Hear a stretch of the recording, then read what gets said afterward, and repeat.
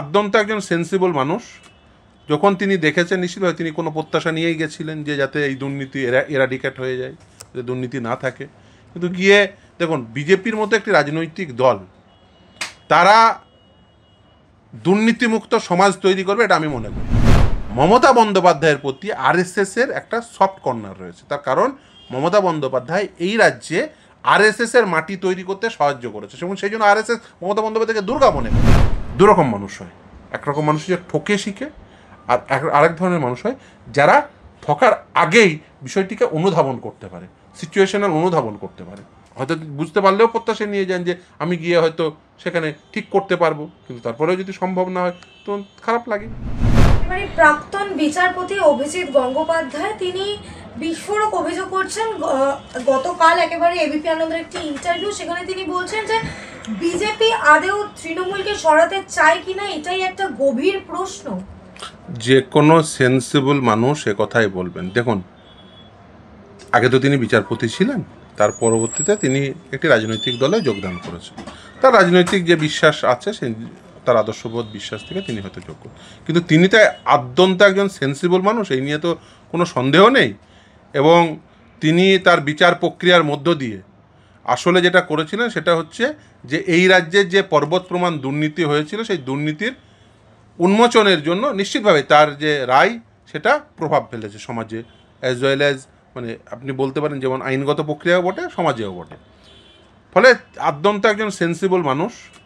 যখন তিনি দেখেছেন, নিশ্চিতভাবে তিনি কোনো প্রত্যাশা নিয়েই গেছিলেন যে যাতে এই দুর্নীতি এরাডিকেট হয়ে যায়, যাতে দুর্নীতি না থাকে। কিন্তু গিয়ে দেখুন, বিজেপির মতো একটি রাজনৈতিক দল, তারা দুর্নীতিমুক্ত সমাজ তৈরি করবে, এটা আমি মনে করি না। কর্পোরেট জগতের সঙ্গে যে সম্পর্ক তাদের, এবং ওভারঅল তাদের যে পলিটিক্যাল আন্ডারস্ট্যান্ডিং, সেখানে দাঁড়িয়ে যাতে কোনোভাবেই ধর্মনিরপেক্ষ শক্তির স্পেস না তৈরি হয়, সেই জন্য, কারণ বিজেপি খুব ভালো করে জানেন এই রাজ্যে তারা কোন জায়গায় আছেন এবং 26-এ কোন জায়গায় পৌঁছবেন।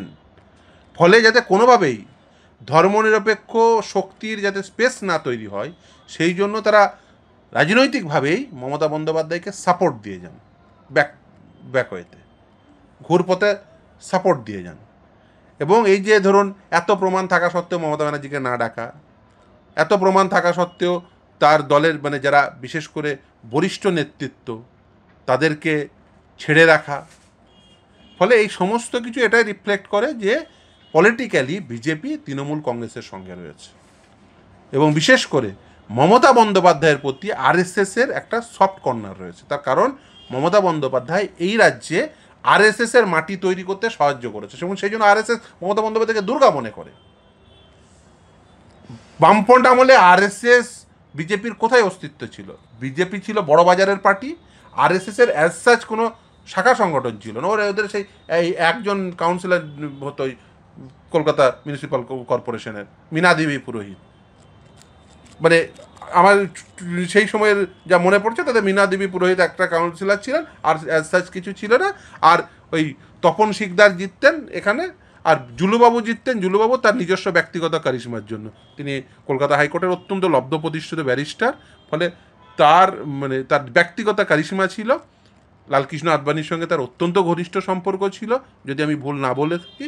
এবং তার ব্যক্তিগত কারিশমা, কারণ ওই কৃষ্ণনগর ওই অঞ্চলে তার ব্যক্তিগত, কারণ জুলুবাবু আমার নিজের জানা এবং মানে তাদের সঙ্গে অনেকের সঙ্গে ইন্টারাক্ট হয়েছে। জুল্লুবাবু এসছেন ইভেন মুসলিম মহল্লায় বা মুসলিম পাড়াতে, জুল্লুবাবু এসছেন, সকলে গিয়ে সেখানে হাজির হতো। জুল্লুবাবুকে তারা ব্যক্তিগতভাবে পছন্দ করতো, ভালোবাসত। ফলে সেই জন্য জুল্লুবাবু জিততেন। আর তপন শিকদার, তিনিও খুব ভালো মানুষ ছিলেন। তিনি রাজনৈতিক দল আলাদা হতেই পারে, আদর্শগতভাবে তিনি অন্য দলের হতেই পারেন, কিন্তু তিনি অত্যন্ত ভালো মানুষ ছিলেন। ফলে তারও প্রতি ব্যক্তিগত সম্ভ্রম থেকে অনেকে ভোট দিতেন। ফলে এই ছিল বিজেপি। তার আগে তো বিজেপির অস্তিত্ব ছিল না, কিন্তু মমতা বন্দ্যোপাধ্যায় ক্ষমতা এসে বিজেপিকে মাটি তৈরি করতে দিল, আরএসএসকে এখানে শাখা বাড়াতে দিল, সমস্ত কিছু করেছে। কারণ আরএসএস, দেখুন, আরএসএস বিশ্বাস করুন বা না করুন, এটা একটা থিঙ্কিং, এটা থট প্রসেস। এই থট প্রসেসকে কাউন্টার ন্যারেটিভ তৈরি করতে হবে। আপনি তৃণমূলের বলুন তো কাউন্টার ন্যারেটিভ কি? আরএসএস বিজেপির বিরুদ্ধে এই বিজেপি তৃণমূলের কাউন্টার ন্যারেটিভ কি, যে হিন্দুত্বের ন্যারেটিভ, তার তো একটা কাউন্টার ন্যারেটিভ থাকবে।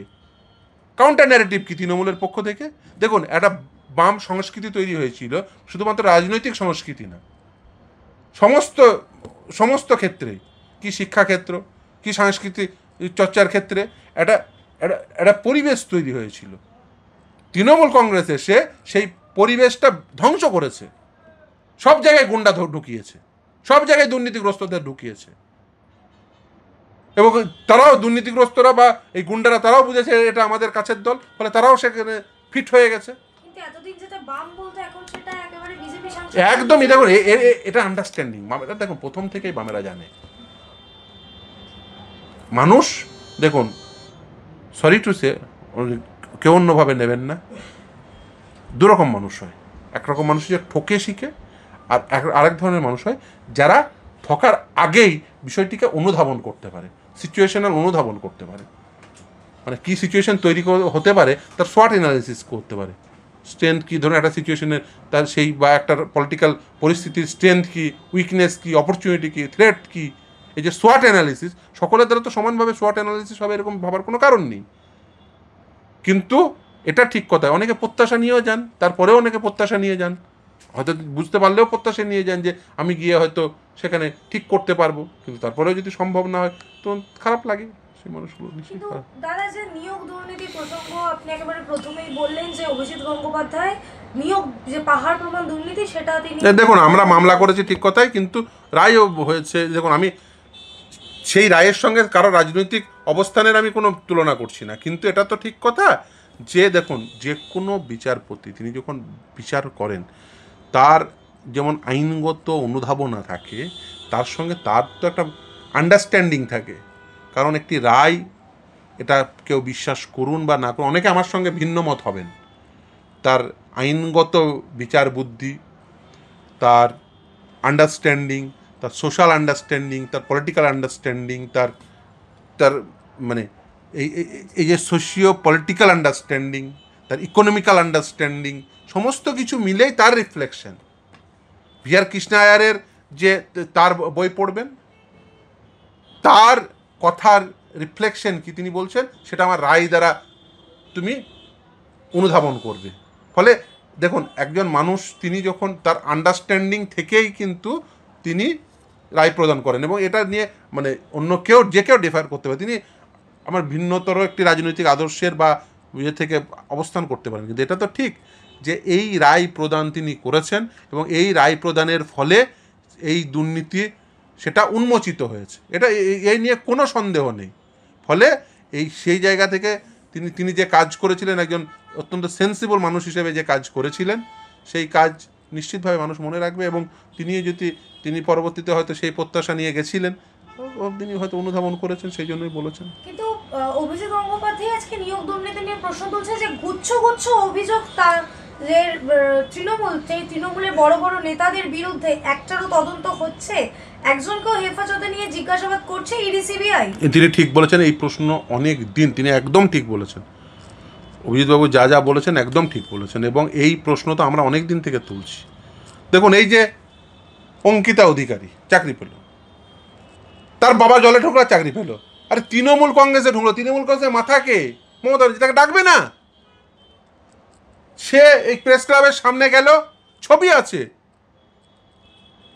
শ্বেতাবকে টপকে, যার সাথে ছবি আছে সে শ্বেতাবকে টপকে চাকরি পেয়ে গেল, তাকে ডাকবে না?